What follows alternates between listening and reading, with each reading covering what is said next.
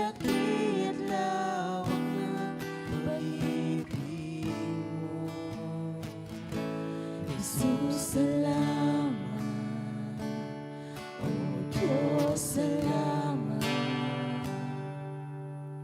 Mananatili kang tapat, ibinigay mo ang lahat, kulang ang buhay ko.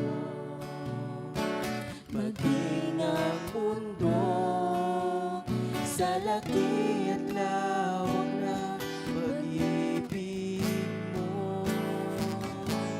Dakila ka, dakila ka, dakila pag-ibig mo. Dakila ka, dakila ka, dakila pag-ibig mo. Oh, Jesus.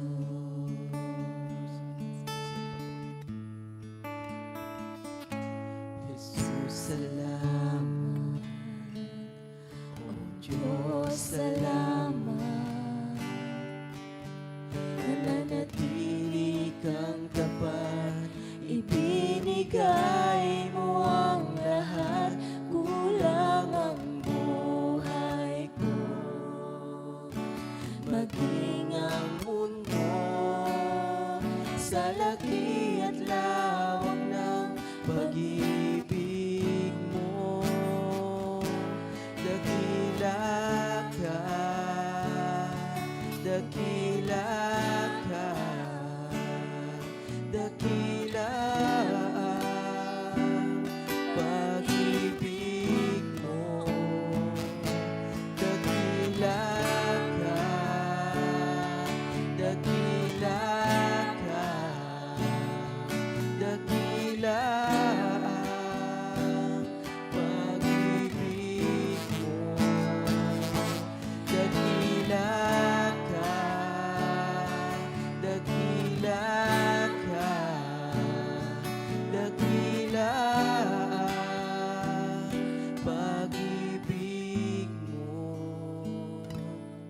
Oh, Jesus.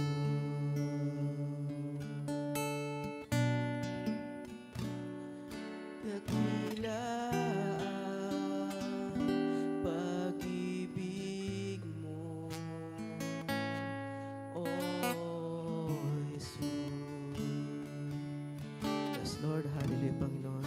Salamat, Panginoon, sa oras nito, Panginoon. Doon na lang napakabuti po, Panginoon. Dakila ka po sa lahat, Panginoon. Salamat, Panginoon, sa oras na ito, Panginoon, na kami po ay nagkatipon-tipon ulit upang mangaral ng makinig ng iyong salita, Panginoon. At salamat din po, Panginoon, sa pag-iingat mo po, Panginoon, sa bawat isa po, Panginoon. Sa anuman, Panginoon, ang kanilang ginagawa, trabaho man, Panginoon, sa bahay man, Panginoon. Salamat, Panginoon, sa kabutihan na pinagkakalob mo sa bawat isa po sa amin, Panginoon. Dalangin din po namin, Panginoon, sa oras na ito sa bibigay ng iyong mensahe, Panginoon, ay dalangin po namin, Panginoon, ang karunungan na nagmumula sa iyo, Panginoon, ay iyong pagkalob sa kanya, Panginoon. Ganoon din po, Panginoon, sa mga anak mo, Panginoon, na makikinig, Panginoon, na hindi po masayang, Panginoon, ang mensahe na ipagkakalob mo sa oras na ito, Panginoon. Dahil muli, Panginoon, kang aming pinupuri, sinasamba sa pangalan po ni Jesus. Amen.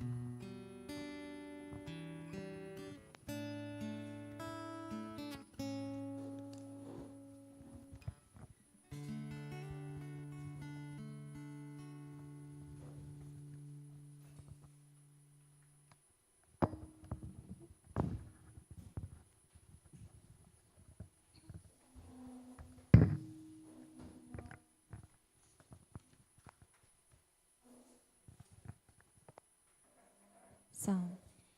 Amen. Praise the Lord. Hallelujah. Ayan. So sa gabing ito, bago po tayo magkaroon ng group of prayer, manalangin ng sama-sama, magkaroon muna po tayo ng um, sa salita ng ating Panginoon. In Matthew 5 verse 13 to 16, dito po natin mababasa yung about the salt and the light, di ba po, na nababasa po natin in Matthew. So bago po yan, let's pray po muna. Yes, Lord, thank you, Father, sa oras na ito, O God, sa salita mo na nakaprepare po sa gabing ito. We pray for your wisdom, knowledge, and understanding sa salita mo, O God, at kami ay equip, Lord, at magamit po namin to mamaya para sa aming prayer, O God. Thank you, Father. In Jesus' name we pray. Amen. So, the salt and the light po ang ating pag-uusapan sa gabi ito. In Matthew 5 verse 13 to 16, sabi dito, "You are the salt of the earth, but if the salt have lost its savor, wherewith shall it be salted? It is thenceforth good for nothing, but to be cast out and to be trodden underfoot of men. You are the light of the world. A city that is set on an hill cannot be hid. Neither do men light a candle and put it under a bushel, but on a candlestick, and it give light unto all that are in the house. Let your light so shine before men that they may see your good works and glorify your Father which is in heaven." So dito po, kanino ina-address ang word na ito na nabasa po natin? Sa followers of Jesus. Siyempre kasama na po tayo doon. Kung noon sa panahon po ng sa New Testament, sa panahon po na si Jesus ay nandito po, nakasama ng mga tao, ay mayroon siyang 12 disciples, which is, di ba, sila Peter, sila John, sila Philip, yan. Yan yung mga naging disciples ng ating Panginoon, naging followers. So bago sila naging followers, mayroon po silang mga kanya-kanyang mga ginagawa. May mga kanya-kanyang trabaho or career na ginagawa. But nung sila ay tinawag ng Panginoong Jesus, nalaman nila na si Jesus ay dumating nga at siya ang Misaya, at napatunayan nila na siya nga ang Misaya, ay sila ay, sabi ng Panginoon sa kanila, come and see, follow me, sabi ng ating Panginoong Jesus sa kanila. And then, ang response nila ay sila ay nag-follow, sila ay sumunod sa ating Panginoong Jesus. Now, dito po sa verses na binasa po natin, pag-usapan po muna natin about ano ba yung salt, bakit salt bakit hinanlin tulad ang mga followers o tayo sa salt. Sabi kasi dito, you are the salt of the earth. Salt, di ba, sa panahon po, in Jesus' time, ay ang salt ay sa food po nila nagpe-preserve at nag-enhance nung pagkain. So, sa atin ngayon, sabi dito, you are the salt of the earth. So, salt was a valuable preservative in Jesus' time, and it also enhanced the flavor of food.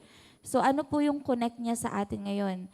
Jesus' followers are meant to be a positive influencer or influence. So mayroon po tayong role dito as followers ni Jesus. So as followers ni Jesus, dapat yung influence po natin ngayon sa panahon po natin ay mas tumitindi. Nakakapag-influence po tayo ng mga nakasurround sa atin, mga taong naka-connect, mga taong nakasalamuha po natin, na-influensyahan po natin sila. Syempre hindi naman tayo mag-influence as a Christian, di ba? As a followers ng ating Panginoon, syempre yung fina-follow natin, nagiging tayo yon, at yung fina-follow natin, syempre nagiging tayo niya, at tayo yung resulta nun is nagiging good influence sa ibang tao. Example na lang ay sa character, di ba, ng ating Panginoon. Kapag naka-follow tayo sa ating Panginoon na natin yung character ng ating Panginoon, and yun, example, love, di ba? Love ng Lord, and sa atin, nai-influensyahan natin yung ibang tao, naibibigay natin yung pag-ibig ng ating Panginoon sa kanila. So, Jesus' followers are meant to be a positive influence, preventing moral decay and adding value to the world. So ano pong ibig sabihin nito? Ibig sabihin, bilang salt, kasi sabi, you are the salt of the earth. So bilang salt, so sabi ko kanina, nag-preserve and nag-enhance po ng food, ng pagkain, that ang salt. So ngayon, tayo naman, ang piniprevent po natin is yung kultura ng ating Panginoon, yung values, yung character ng ating Panginoon, yun yung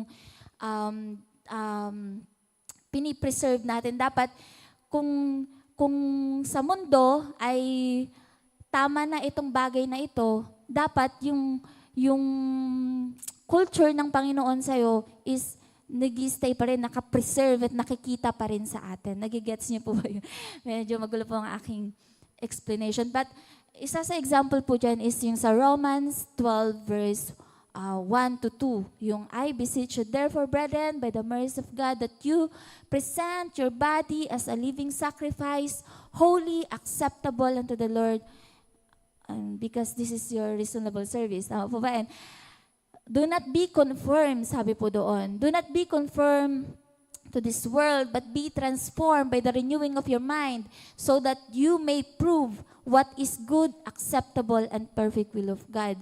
Meaning, kapag tayo ay follower ni Jesus, nakasunod tayo sa pattern ng ating Panginoon, at yung pattern na yun na sinusundan natin ay which is nasa tamang pattern tayo. Pero kapag nasa pattern tayo ng mundong ito, so ang nakikita din sa atin yung ginagawa or yung tawag dito, yung sa mundong ito. Yan. So kapag ang pattern ng Panginoon, sabi doon, do not be conformed to this world, but be transformed by the renewing of your mind, so that you may prove, mapuprove po natin ang good, acceptable, and perfect will of God kapag nakasunod tayo sa pattern ng ating Panginoon. At mangyayari lang yan, syempre, sinabi niya doon na by the renewing of your mind. Importante yun na renewed yung mind po natin. So, yun, you are the salt of the earth. So, ito yung influence po natin. So, ito yung kailangan na napipreserve po sa atin. Kailangan na mas nakikita sa atin na kahit sa iba ay hindi na makita, ang importante nakikita po sa atin. Yung napiprevent natin siyempre yung culture ng ating Panginoon. And yung mayroon po tayong kingdom mindset, nakikita po yun sa atin. So, yan. You are the salt of the earth, but if the salt have lost its savor, wherewith shall it be salted? It is thenceforth good for nothing. Kung wala ng alat, kung sabi dito, if Christians lost their influence or fail to live out their faith, they are like salt that has lost his savor, becoming useless. So nagiging masakit makarinig ng, 'di ba? You're becoming useless kapag hindi nagigamit or hindi natin nagagampanan or nagagawa yung role natin as a follower ng ating Panginoon. So, ang gusto ng Diyos, maging influencer tayo. Paano ba tayo nakaka-influence sa mga nakakasama natin? Paano ba tayo nakaka-influence sa mga tao na nakakasalamuhan natin? 'Di ba? So, meron akong isa sa pinaka na-bless din sa narinig din sa preaching ni Inais, kung magiging 100 ang Joanna, kamusta ang mundo? Di ba? Kung magiging 100 ang Kuya Joel, kamusta ang mundo? Ito ba ay is it good influence or bad influence sa mundong ito? Imagine kung ikaw ay masamang tao, ikaw ay corrupt, ikaw ay tawag dito, mamamatay tao or what, tapos naging 100 ka pa, di ba? Kamusta ang mundo? But kung ikaw ay influencer ng Panginoon, ikaw ay follower ng Panginoon, at naging 100 ka pa, so isa ka sa makakapag-rescue, 'di ba, ng nangyayari sa mundong ito. Amen. So, wag tayong maging useless. Ang buhay natin ay, imagine ang buhay po natin ay hiram, 'di ba? Binigay ng Panginoon sa atin. Kapag yung buhay na yan ay hindi na nagagamit sa Lord, and paano kapag kinuha na yan sa'yo? Diba? Kasi wala na useless, hindi na nagagamit. Yun yung pinakamasakit na realization na, o nga, pag, di ba, kunin na lang ako ng Panginoon kung hindi na ako nagagamit, di ba? Kung hindi na good or wala nang purpose ang buhay ko. Kaysa naman magkasala pa ako. So, ayun. So, ang buhay po natin ngayon ay buhay kay Kristo. So, gamitin po natin yan. Yung buhay na yan kay Kristo. Amen. In verse 14, you are the light of the world. A city that is set on an hill cannot be hid. So, ang light po ay, syempre, essential siya at sa darkness nagagamit, di ba? Pag wala tayong ilaw po dito, anong mangyayari? Wala tayong makita, wala tayong madilim. So, kailangan siya sa madilim na, lalo na sa mundo po natin ngayon. So, ang mundo po natin ngayon ay pasama ng pasama. And kapag ikaw ay nanatili at nasa yung ilaw ng ating Panginoon, so nagkakaroon ng light, saan ka man magpunta, nagpa-prosper. So Christians are to shine their light, so demonstrating God's love and truth to those around them. So nakaka-influence tayo, nagiging yung sa pamagitan ng light na nasa atin, nade-demonstrate natin yung pag-ibig ng Panginoon sa ibang tao. Diba? Nakikita yun sa atin, yung truth, and naipapakita natin yan sa mga taong naka-surround sa atin. Sa mga taong naka-connected po sa atin. So, Christians are to shine. Dapat nagsishine po ang bawat isa sa atin. Hindi po tayo ilaw, sinindihan para itago sa under the bushel. Diba? Hindi tayo sinindihan para itago lang. Sinindihan tayo para ilagay sa top, sabi doon, a city that is set on an hill cannot be hid. So, sinindihan tayo, hindi para itago lang. So, dapat nakikita yung light sa atin, saan tayo magpunta, anong area man yan, samang lugar man yan, or dapat nakikita yung light sa atin. And nagsishine tayo. And sa pamagitan ng buhay na yan, nade-demonstrate mo yung pag-ibig ng Panginoon, yung kabutihan ng Panginoon, yung ginagawa ng Panginoon. So, kumbaga, extension tayo ng ilaw ng Panginoon. Ang pattern natin dyan, ang dapat nating gayahin dyan, ay kung paano namuhay ang Panginoong Jesus nung siya ay pumarito, nung siya ay nandito kasama ng mga tao, kung paano siya nag-serve, nag-heal ng mga may sakit, tumulong. Ayan, yung pattern ng Panginoon ang susundan natin.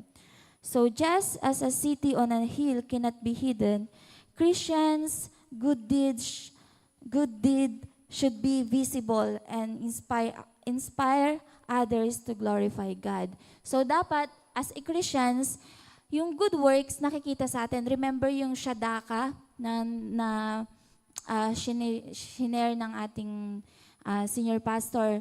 Shadaka means act of kindness, di ba? Means to do justly. Means, to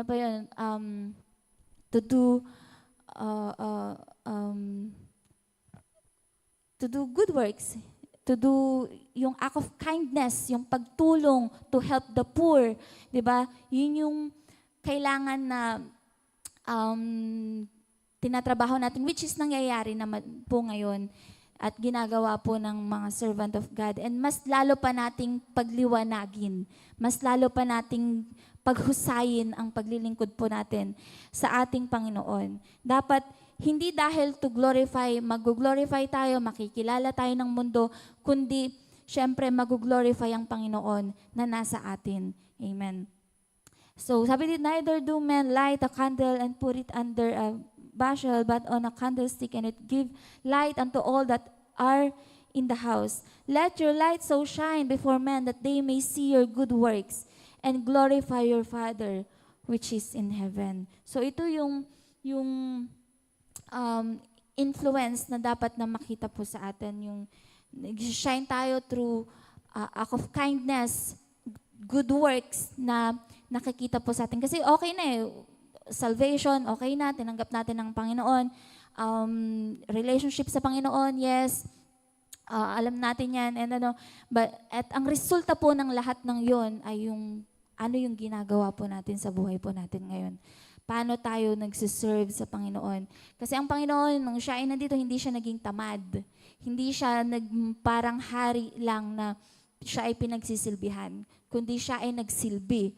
Siya ay nag-serve sa mga tao, servant of servants. So, ganun sa atin, ina-apply po natin ngayon yung servant of servants. So, naglilingkod tayo through sa giving, through pagtulong, feeding, yung mga yan, yung mga ginagawa po natin, kasalukuyan na ginagawa po natin ngayon, through, yung pagtulong, pagpapagaling sa mga may sakit. So, hindi na po sa atin bago yun, di ba? Nakikita po yun. Dapat lang na makita po yun sa atin. And to preach the gospel, isa rin po yun sa dapat na ginagawa po natin. So, ulitin ko lang, you are the light, you are the salt and the light of this world. Kaya mas lalo po nating pagtibayan yung influence po natin. Kung mayroon po tayong connection sa government, ayan, ano po natin, influence po natin. Siyempre, ang ipasok natin ng salita ng Panginoon, tanging solusyon lang sa lahat ng problema, ang salita ng ating Panginoon. Kung may connection po tayo sa malalaking kampanya, yung influence ng Panginoon dapat mag-serve tayo sa Lord na kahit saan man tayo ilagay, dapat nagpa-prosper tayo, nakikita po sa atin ang work ng Panginoon, ang goodness ng Panginoon sa ating mga buhay. So, yun lang po. Tayo na po ay mag-pray sa oras na ito.